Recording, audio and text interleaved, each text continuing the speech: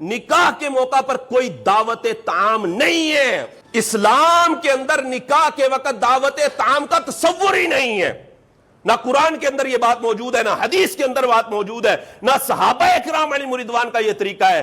نکاح کے وقت دعوت طعام نہیں ہے. لڑکی کے والد پر کوئی بوجھ نہیں ہے کہ وہ جناب جہیز بنائے، وہ جناب اتنے براتیوں کا کھانا بنائے. وہ براتی جو لشکر جرار بن کر جناب اتر جاتے ہیں لڑکی والوں کے ہاں، شرم حیا کوئی نہیں آتی کہ یار جس نے اپنی بیٹی دے دی ہے تم نے اور اس سے کیا لینا ہے. برات کے لیے جناب 100 گاڑیاں جا رہی ہیں، ٹیوٹے جا رہے ہیں، ہائی ایس جا رہی ہیں، بسیں جا رہی ہیں، جیسے جناب بارڈر پر جنگ چھڑ گئی ہے اور لڑائی کے لیے جا رہے ہیں. اور وہاں پر جناب یہ پورا لشکر جرار اتر جاتا ہے. بیٹی کا باپ دیکھ کر جناب پریشان ہو جاتا ہے کہ انہوں نے روٹی کتوں کھواواں. نکاح کے موقع پر دعوت طعام نہیں ہے. اور لڑکی کے والد پر نکاح کے اعتبار سے دیکھا جائے شریعت مطہرہ اسلام کے اندر یہ تصور ہے کہ لڑکی کے والد پر کوئی شے بھی لازم نہیں ہے. پہلی چیز تو یہ ہے کہ نکاح کے موقع پر دعوت طعام نہیں ہے.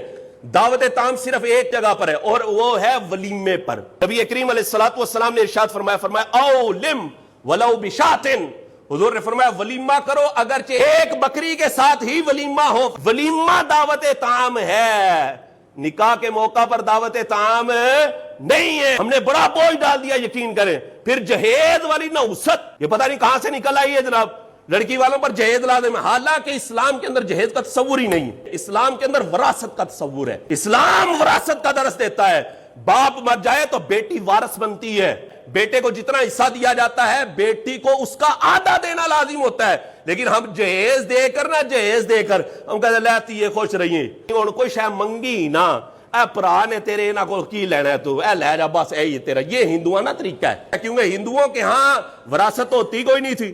اب ہندو کیا کرتے وہ جہیز دے دیتے تھے، بس بھائی بیٹی کو یہ دے دیا. اور ہم چونکہ ہندوستان میں رہے نا جناب، ہندو سکھ اور ہم مسلمان لوگ سارے ان کے ساتھ مل کر رہے ہیں، بہت ساری ہندوانہ رسمیں ہمارے اندر رچ بس چکی ہیں. تو بھائی جب نکاح مسجد میں ہے اور نکاح کے موقع پر دعوت طعام نہیں ہے، برات کا تو تصور ہی خلاص ہو گیا.